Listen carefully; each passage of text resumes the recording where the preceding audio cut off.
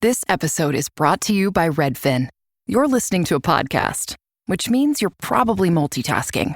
Maybe even scrolling home listings on Redfin, saving homes without expecting to get them. But Redfin isn't just built for endless browsing. It's built to help you find and own a home. With agents who close twice as many deals, when you find the one, you've got a real shot at getting it. Get started at redfin.com. Own the dream. This message is sponsored by Greenlight. With school out, summer is the perfect time to teach our kids real-world money skills they'll use forever. Greenlight is a debit card and the #1 family finance and safety app used by millions of families, helping kids learn how to save, invest, and spend wisely. Parents can send their kids money and track their spending and saving, while kids build money confidence and skills in fun ways. Start your risk-free Greenlight trial today at greenlight.com/Spotify. That's greenlight.com/Spotify. ¿Qué es lo que verdaderamente comía Juan el Bautista? Juan el Bautista es una de las figuras más intrigantes y significativas del Nuevo Testamento.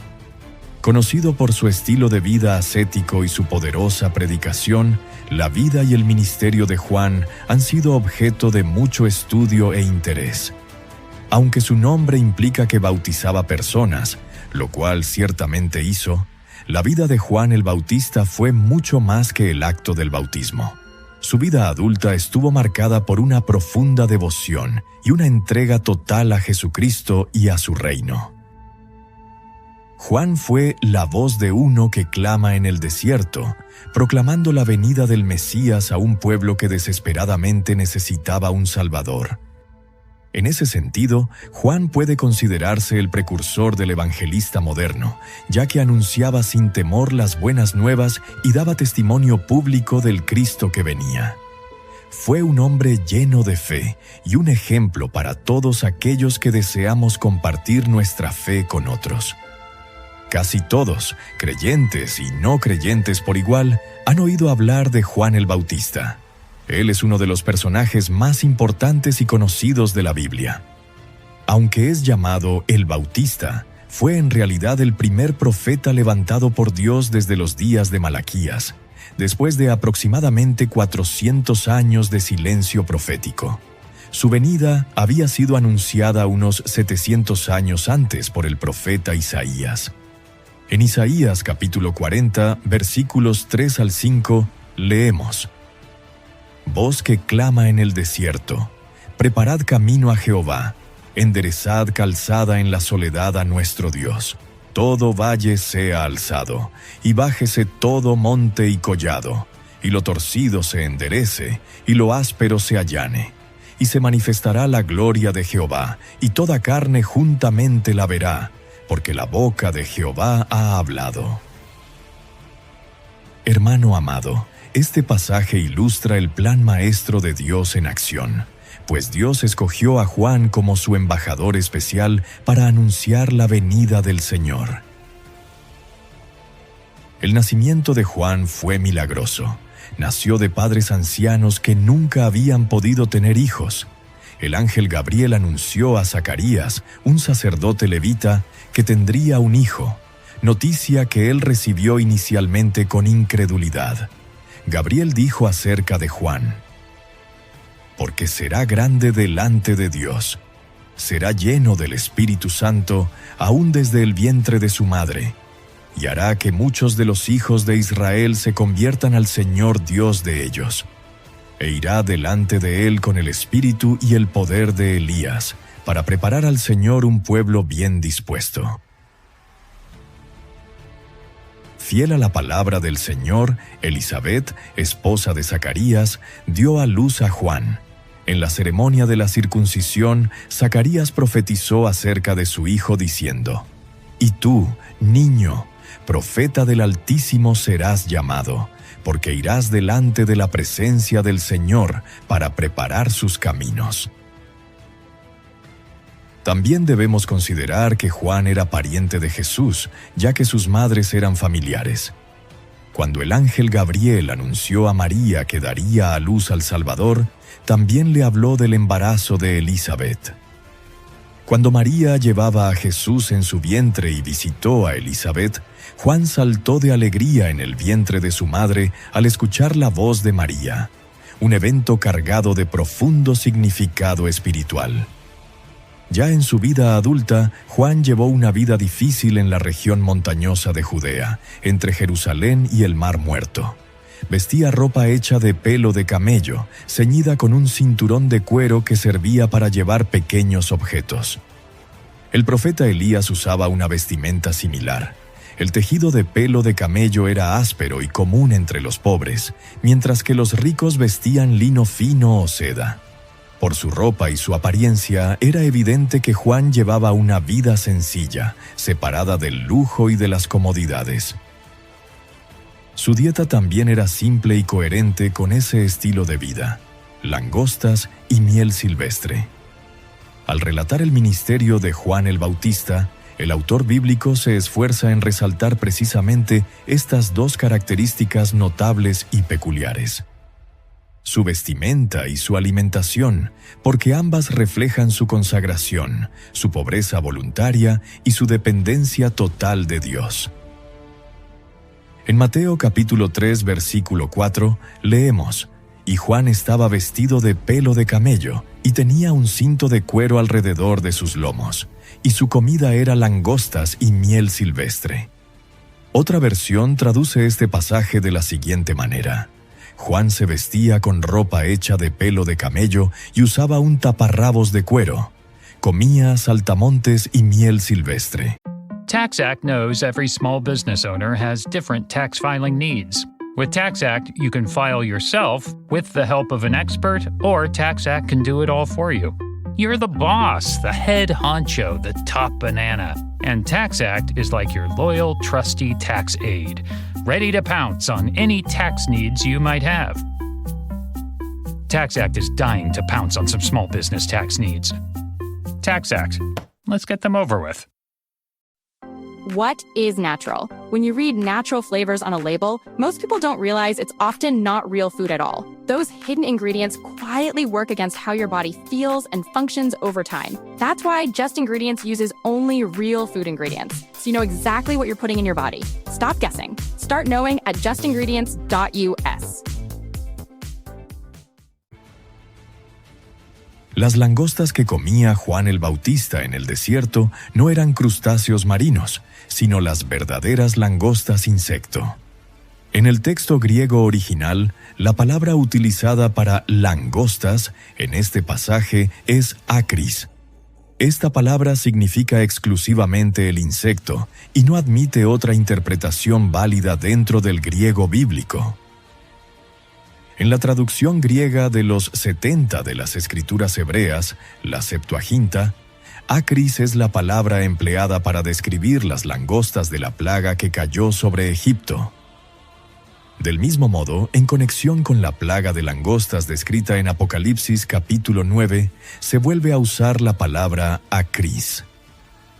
Asimismo, akris es el término que aparece en Levítico capítulo 11, versículo 22, donde se indica claramente que los israelitas podían comer las langostas como alimento limpio.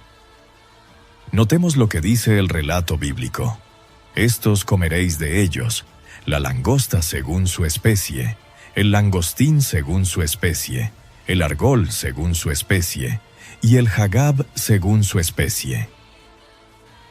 Al analizar este pasaje, notamos que, entre los insectos, la mayoría de los insectos rastreros se consideraban inmundos, como las hormigas o las larvas. Sin embargo, si se trataba de un insecto volador con patas articuladas por encima de sus pies, este podía comerse. Buenos ejemplos de insectos considerados limpios eran la langosta, el grillo y el saltamontes. La langosta se comía no solo en tiempos antiguos y en la época de Juan el Bautista, sino también en la actualidad. El Dr. Shaw relata que las comió en berbería, fritas y con sal, y afirma que sabían muy parecido a los cangrejos de río, lo que explica por qué algunas personas, erróneamente, han querido asociarlas con mariscos. Hoy incluso se inventan platos modernos a base de langosta. Empanadas, fritas o caramelizadas se presentan como una experiencia gastronómica singular.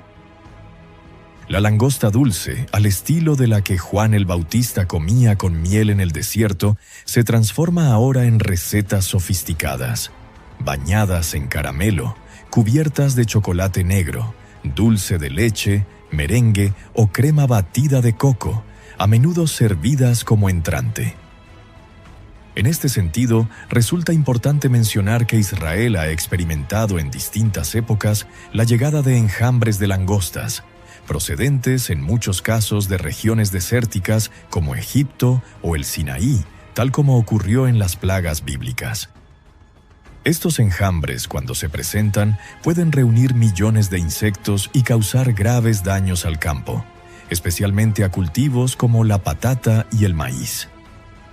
Las pérdidas agrícolas en esos episodios concretos han sido significativas, según reportes del Ministerio de Agricultura, aunque no se trata de una plaga constante ni permanente. Sin embargo, los israelíes han sabido encontrar una cara inesperada de este fenómeno, la gastronómica.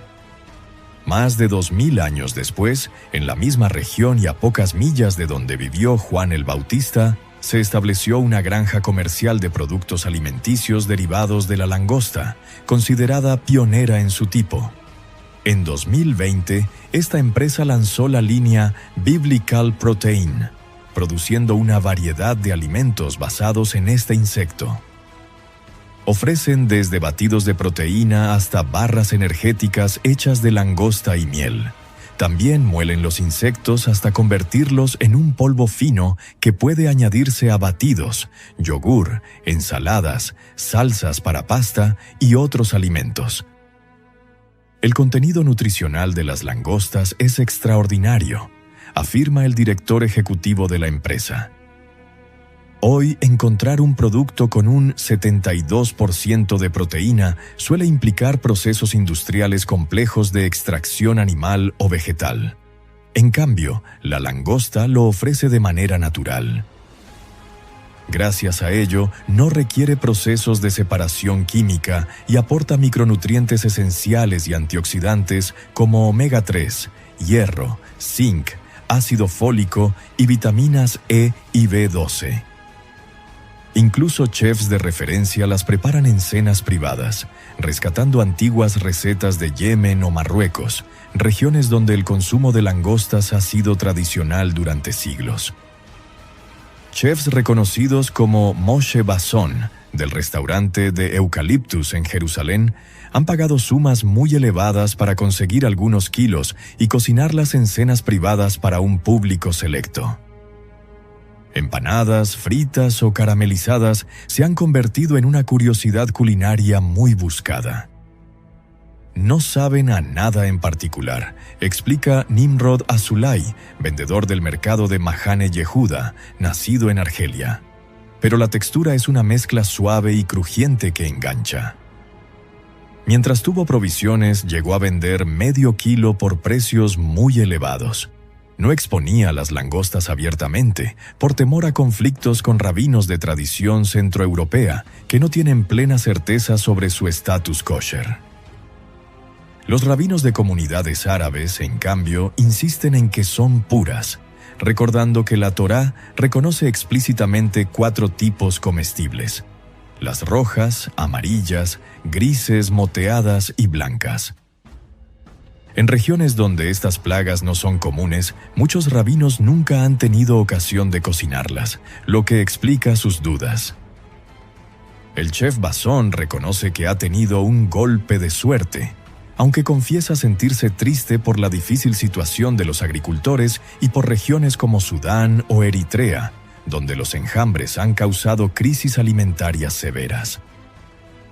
Para mí, en cambio, ha sido una oportunidad para experimentar con materia fresca, relata.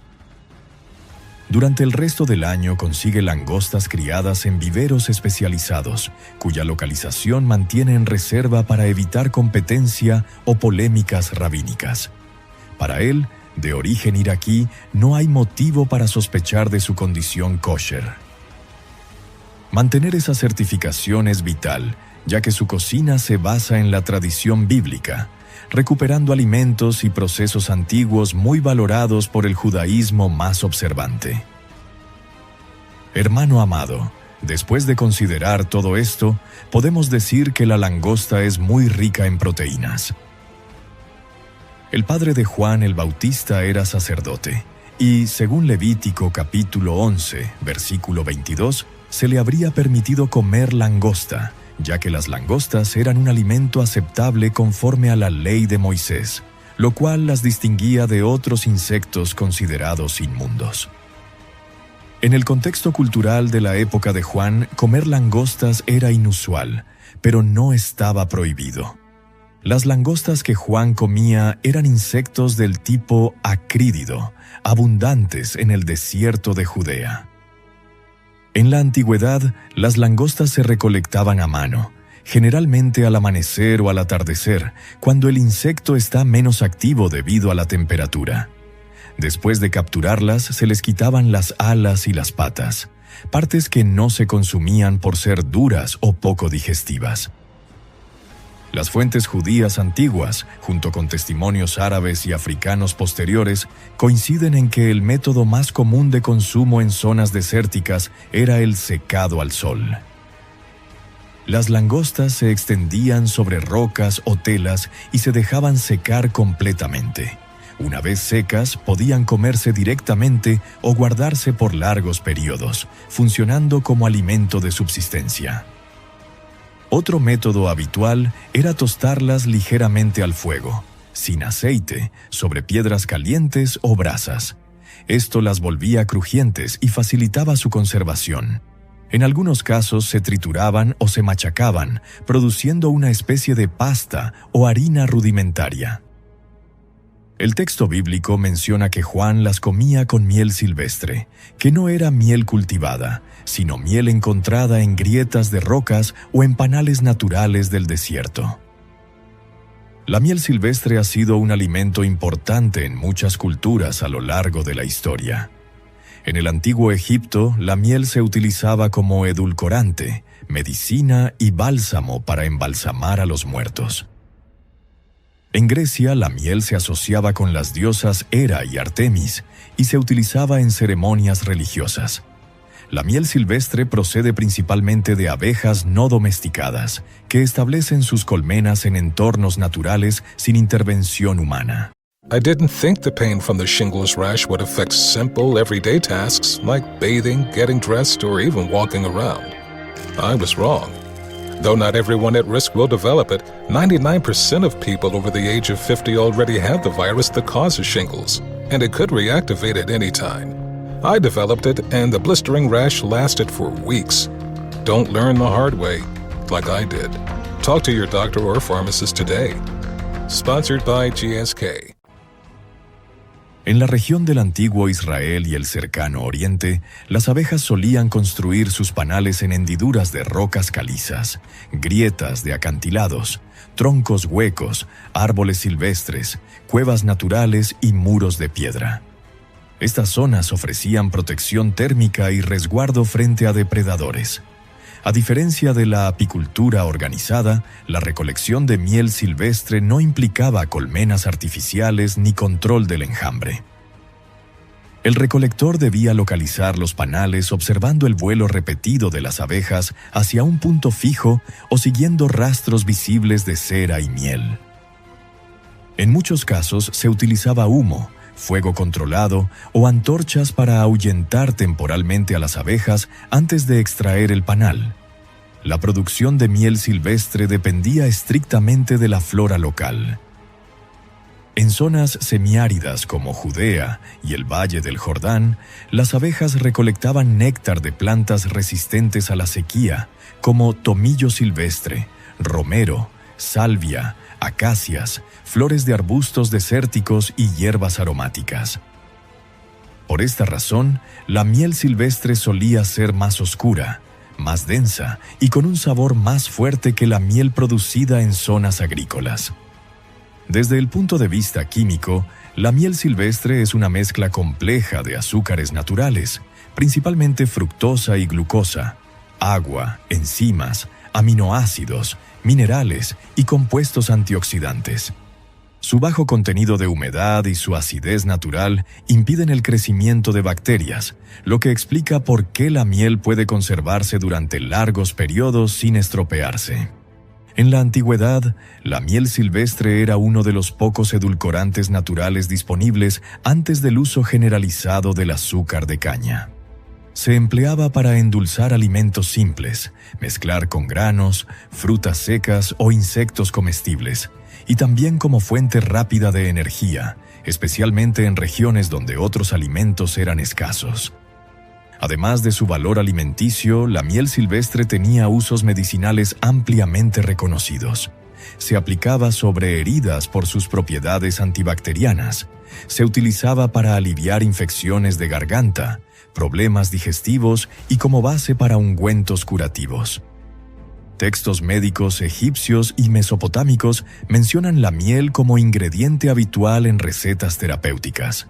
La miel silvestre también se usaba como conservante natural, mezclándose con frutas, semillas o raíces para prolongar su vida útil. En algunos casos, se diluía en agua para producir bebidas fermentadas primitivas similares al hidromiel, aunque este uso variaba según la cultura. Desde el punto de vista nutricional, la miel silvestre aporta energía inmediata. Pequeñas cantidades de vitaminas del grupo B, vitamina C, minerales como hierro, potasio, calcio y magnesio, así como flavonoides y compuestos fenólicos con efecto antioxidante.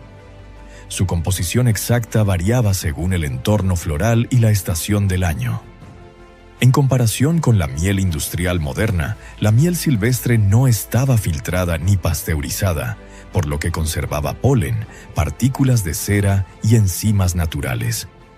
Esto hacía que su textura fuera más espesa y su sabor más intenso, pero también que cristalizara con mayor rapidez. En el mundo antiguo, la miel silvestre era considerada un producto de alto valor, tanto por el riesgo de su obtención como por su utilidad múltiple. Su presencia en textos bíblicos, legales, médicos y poéticos refleja su importancia como alimento esencial en contextos rurales y desérticos. Esta miel servía como fuente de energía, endulzante y conservante natural, y probablemente Juan la usaba para acompañar las langostas secas o tostadas, no como una receta elaborada, sino como una combinación básica y funcional. Este modo de alimentación está documentado también entre beduinos y pueblos del norte de África y del Medio Oriente, tanto en la antigüedad como en épocas recientes. Hermanos amados, la comida de Juan era sencilla, es decir, era una alimentación que podía hallarse allí mismo en el desierto, sin necesidad de acudir a otras poblaciones en busca de alimentos. Todos estos detalles son importantes porque, en primer lugar, señalaban una vida de separación de todo cuanto el mundo busca y aprecia. Juan era un hombre que vivía su mensaje, y esto es fundamental, porque no se puede condenar al mundo siendo del mundo. En segundo lugar, es un ejemplo de un siervo de Dios totalmente entregado a su ministerio, que no admitía otras distracciones. En tercer lugar, manifiesta su completa independencia de todo cuanto este mundo pudiera ofrecerle. En cuarto lugar, reflejaba la sinceridad del mensaje que proclamaba y daba un toque de realidad a su anuncio de los juicios que vendrían sobre su generación. Ahora bien, otro detalle que debemos considerar es que Juan el Bautista no bebía vino ni sidra. En Lucas capítulo 1, versículo 15, leemos: «Porque será grande delante de Dios. No beberá vino ni sidra, y será lleno del Espíritu Santo, aún desde el vientre de su madre». Esta probablemente es una referencia a la promesa nazarena que se encuentra en Números, capítulo 6. Juan fue consagrado especialmente a Dios todos los días de su vida, como Sansón lo debería haber sido. Juan encontraría su alegría, no en las bebidas embriagadoras, sino en el Espíritu Santo y en Dios. Por tal motivo, el apóstol Pablo escribió en Efesios capítulo 5, versículo 18: «No os embriaguéis con vino, en lo cual hay disolución. Antes bien, sed llenos del Espíritu. Aquí no tenemos un discurso árido contra los males del alcoholismo, aun cuando sus excesos constituían un pecado dominante en la sociedad del mundo antiguo, tal como continúan siéndolo en la sociedad actual. En realidad, el apóstol Pablo estaba haciendo una comparación. Él estaba diciendo: no os embriaguéis con vino. ¿Por qué? Porque ese estado estimula solo temporalmente, por un momento. Activa la energía de la parte física, conduciendo a las personas a un descontrol en todos los órdenes que luego desaparece, dejando una sensación de abatimiento. Y eso no es precisamente lo que las personas necesitan. Convendría que aquellos que buscan su desahogo en el alcohol, pensando que por ese medio lograrán calmar las inquietudes o penas de la vida, recordasen que el Espíritu Santo puede darnos la fuerza para enfrentar las circunstancias más difíciles. Realmente cada día vemos casos que nos demuestran que el alcoholismo no aporta ninguna solución, sino que crea graves problemas de salud y psicológicos, familiares y sociales, constituyendo un camino de difícil retorno. Ahora bien, es cierto que las personas sienten una necesidad interior y, como resultado, recurren al alcohol. Si no son hijos de Dios, no tienen otros recursos para hacer frente a su vacío interior. Sin embargo, el Hijo de Dios tiene que ser lleno del Espíritu Santo, es decir, controlado por el Espíritu Santo. Esa debe ser la experiencia del creyente. ¿Y qué significa estar lleno o controlado por el Espíritu Santo?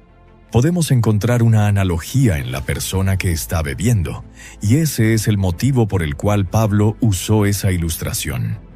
La persona que bebe en exceso está poseída por la bebida. Uno puede darse cuenta cuando está ebria. En contraste, es el Espíritu Santo quien debería poseer al creyente. Es una intoxicación divina la que tiene que satisfacer su necesidad. No estamos hablando de un emocionalismo excesivo, sino de aquello que proporciona la dinámica y la fuerza para vivir y para lograr algo para Dios. Entonces, recalcamos que cuando estamos llenos del Espíritu Santo, quiere decir que estamos siendo controlados por el Espíritu Santo.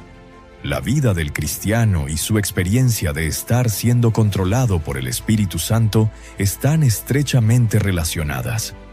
Pablo dijo que el creyente debería vivir cuidadosa y prudentemente, siendo lleno del Espíritu. Estos son mandamientos dados al cristiano. Esta llenura constituye una renovación constante de la vida del creyente para recibir fortaleza y acción, lo cual está indicado aquí por el tiempo presente del verbo, que podría leerse: estad constantemente siendo llenos del Espíritu Santo. Un creyente controlado por el Espíritu no solo vive sabiamente, sino que su carácter cristiano se caracteriza por la presencia del fruto del Espíritu, como podemos ver en Gálatas capítulo 5, versículos 22 y 23. Hermanos amados, el Hijo de Dios no necesita estímulos externos como el alcohol u otros recursos para disfrutar de la vida o expresar su alegría, que es la alegría que proporciona el Señor. LifeLock, how can I help? The IRS said I filed my return, But I haven't. 1 in 4 tax-paying Americans has paid the price of identity fraud. what do I do? My refund, though. I'm freaking out. Don't worry, I can fix this. LifeLock fixes identity theft guaranteed and gets your money back with up to $3 million in coverage. I'm so relieved. No problem. I'll be with you every step of the way. 1 in 4 was a fraud-paying American. Not anymore. Save up to 40% your first year. Visit LifeLock.com/podcast. Terms apply. They always tell you there's a catch, a compromise, an asterisk. Terms apply. See store for details. May be less than advertised. May vary by mood. Probably. Sprite Zero Sugar? It's different. It's the lemon lime flavored refreshment you want with zero sugar. So, no fast voice? No caveats. Just refreshment. This is Sprite Zero Sugar. Obey your thirst. El apóstol Juan dijo que una de las razones por las que escribió su carta apostólica fue para que la alegría de sus lectores fuese completa. Esta plenitud de alegría se experimenta por medio de nuestra relación de comunión y compañerismo con el Padre y con Jesucristo, como vemos en 1 de Juan, capítulo 1, versículos 3 y 4. Los cristianos tienen que pasarlo bien y disfrutar de momentos felices en la iglesia. No se trata de frivolidad ni de mero entretenimiento, sino de la presencia real de la alegría que da el Señor. Y esa clase de alegría proviene de la llenura, de la plenitud del Espíritu Santo. Que este sea nuestro anhelo cada día, ser llenos del Espíritu Santo, así como lo fue Juan el Bautista, un hombre sencillo que vivió una vida sencilla, pero caracterizada por una profunda valentía para predicar la palabra de Dios. Y así, hermanos amados, estamos concluyendo este video. Gracias por habernos acompañado hasta el final. Deseo de corazón que haya sido de mucha bendición. Mi anhelo es que, por medio de estos estudios bíblicos, cada día crezcamos juntos en el conocimiento de la palabra de Dios. También me gustaría comentarles que, si desean apoyar este ministerio, la mejor manera de hacerlo es dándole me gusta a este video y suscribiéndose al canal. Es totalmente gratis. Dios les bendiga.